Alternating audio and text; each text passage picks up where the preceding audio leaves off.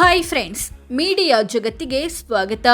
Friends, Raichur ಜಿಲ್ಲೆಯ ಶಾಸಕರು ಎಷ್ಟು ಶ್ರೀಮಂತರು, ಎಷ್ಟು ಓದಿದ್ದಾರೆ, ಹೆಚ್ಚು ಅಂತರದಿಂದ ಗೆದ್ದಿದ್ಯಾರು?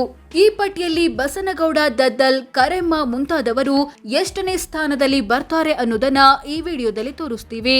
ಇಂಟ್ರೆಸ್ಟಿಂಗ್ ಆಗಿರೋ ಈ ವಿಡಿಯೋವನ್ನ ಕೊನೆವರೆಗೂ ನೋಡಿ. ಅದಕ್ಕೂ ಮುನ್ನ ನೀವಿನ್ನು ನಮ್ಮ ಚಾನೆಲ್ಗೆ ಸಬ್ಸ್ಕ್ರೈಬ್ ಆಗಿಲ್ಲ ಅಂದ್ರೆ ಈಗಲೇ ಸಬ್ಸ್ಕ್ರೈಬ್ ಆಗಿ. Karemma G Nayak, Devadurga ST. ರಾಯಚೂರು ಜಿಲ್ಲೆಯ ದೇವದುರ್ಗ ಎಸ್ಟಿ ಮೀಸಲು ಕ್ಷೇತ್ರವನ್ನ ಜೆಡಿಎಸ್ನ ಕರೆಮ್ಮ ಜಿ ನಾಯಕ್ ಪ್ರತಿನಿಧಿಸುತ್ತಿದ್ದಾರೆ. ಎಲೆಕ್ಷನ್ ನಲ್ಲಿ ಇವರು ಬರೋಬ್ಬರಿ 34,256 ವೋಟ್ಗಳಿಂದ ಜಯಭೇರಿ ಬಾರಿಸಿದ್ರು. ಈ ಮೂಲಕ ಜಿಲ್ಲೆಯಲ್ಲಿ ಹೆಚ್ಚು ಅಂತರದಿಂದ ಗೆದ್ದ ಎಂಎಲ್ಎ ಎನಿಸಿಕೊಂಡಿದ್ದಾರೆ. ಇವರ ಕುಟುಂಬದ ಬಳಿ 98 ಲಕ್ಷ ಮೌಲ್ಯದ ಆಸ್ತಿಪಾಸ್ತಿ ಇದೆ. ದ್ವಿತೀಯ ಪಿಯುಸಿವರೆಗೆ ಓದಿರೋ ಕರೆಮ್ಮಗೆ 51 ವರ್ಷ ವಯಸ್ಸು. ಹಂಪನಗೌಡ ಬಾದರ್ಲಿ, ಸಿಂಧನೂರು. ರಾಯಚೂರು ಜಿಲ್ಲೆಯ ಸಿಂಧನೂರು ಕ್ಷೇತ್ರವನ್ನ ಕಾಂಗ್ರೆಸ್ನ ಹಂಪನಗೌಡ ಬಾದರ್ಲಿ ಪ್ರತಿನಿಧಿಸುತ್ತಿದ್ದಾರೆ. ಎಲೆಕ್ಷನ್ ನಲ್ಲಿ ಇವರು ಬರೋಬ್ಬರಿ 21,942 ವೋಟ್ಗಳಿಂದ ಜಯಭೇರಿ ಬಾರಿಸಿದ್ರು. ಇಂಥ ಹಂಪನಗೌಡ ಬಾದರ್ಲಿ ಕುಟುಂಬದ ಬಳಿ 9 ಕೋಟಿ ಮೌಲ್ಯದ ಆಸ್ತಿಪಾಸ್ತಿ ಇದೆ. BA ಪದವಿ ಪಡೆದಿರೋ ಇವರಿಗೆ 74 ವರ್ಷ ವಯಸ್ಸು. ಬಸನಗೌಡ ದದ್ದಲ್, ರಾಯಚೂರು ಗ್ರಾಮೀಣ ಎಸ್ಟಿ. ರಾಯಚೂರು ಜಿಲ್ಲೆಯ ರಾಯಚೂರು ಗ್ರಾಮೀಣ ಎಸ್ಟಿ ಕ್ಷೇತ್ರವನ್ನ ಕಾಂಗ್ರೆಸ್ನ ಬಸನಗೌಡ ದದ್ದಲ್ ಪ್ರತಿನಿಧಿಸುತ್ತಿದ್ದಾರೆ. ಎಲೆಕ್ಷನ್ ನಲ್ಲಿ ಇವರು 13,857 ವೋಟ್ಗಳಿಂದ ಗೆದ್ದಿದ್ರು. ಇಂಥ ದದ್ದಲ್ ಕುಟುಂಬದ ಬಳಿ 10 ಕೋಟಿ ಮೌಲ್ಯದ ಆಸ್ತಿಪಾಸ್ತಿ ಇದೆ. ದ್ವಿತೀಯ ಪಿಯುಸಿವರೆಗೆ ಓದಿರೋ ಇವರಿಗೆ 52 ವರ್ಷ ವಯಸ್ಸು. ಬಸನಗೌಡ ತುರ್ವಿಹಾಳ್, ಮಸ್ಕಿ ಎಸ್ಟಿ.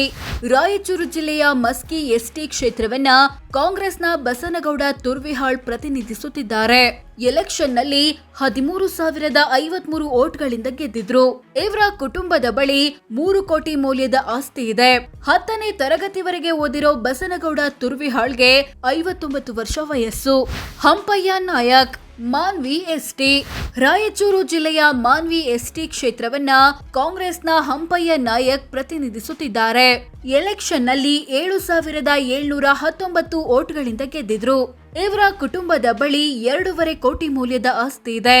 10ನೇ ತರಗತಿವರೆಗೆ ಓದಿರೋ ಇವರಿಗೆ ಬರೋಬ್ಬರಿ 85 ವರ್ಷ ವಯಸ್ಸು.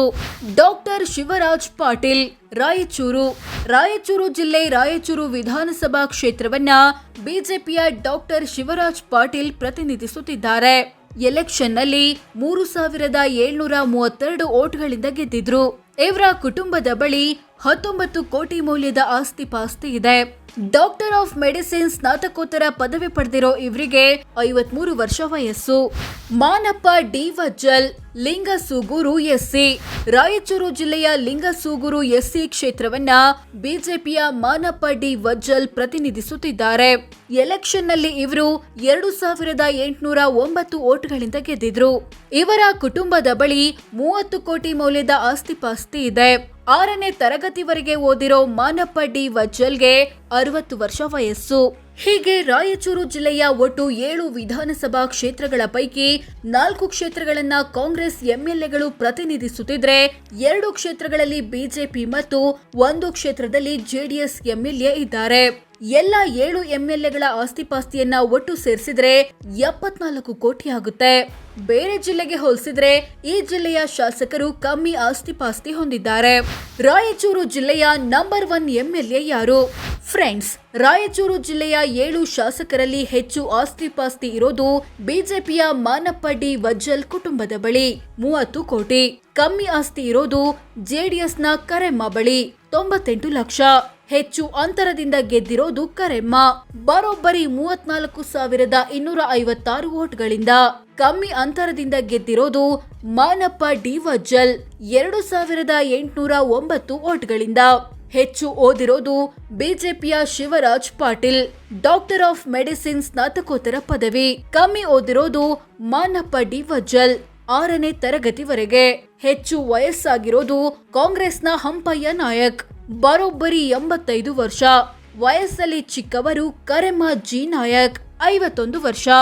ಸೊ ಫ್ರೆಂಡ್ಸ್, ಇದಿಷ್ಟು ರಾಯಚೂರು ಜಿಲ್ಲೆಯ ಶಾಸಕರು ಎಷ್ಟು ಶ್ರೀಮಂತರು, ಓದಿದ್ದೆಷ್ಟು, ಎಷ್ಟು ಅಂತರದಿಂದ ಗೆದ್ದಿದ್ದಾರೆ ಅನ್ನೋದನ್ನ ತಿಳಿಸಿಕೊಡೋ ಪ್ರಯತ್ನ. ಇವರಲ್ಲಿ ಯಾರು ಒಳ್ಳೆ ಲೀಡರ್ ಅನ್ಸುತ್ತೆ ಕಾಮೆಂಟ್ ಮಾಡಿ ತಿಳಿಸಿ. ಹಾಗೆ ವಿಡಿಯೋ ಇಷ್ಟವಾದ್ರೆ ಲೈಕ್ ಮಾಡಿ, ಶೇರ್ ಮಾಡಿ, ನಮ್ಮ ಚಾನೆಲ್ಗೆ ಸಬ್ಸ್ಕ್ರೈಬ್ ಆಗಿ. ಧನ್ಯವಾದ.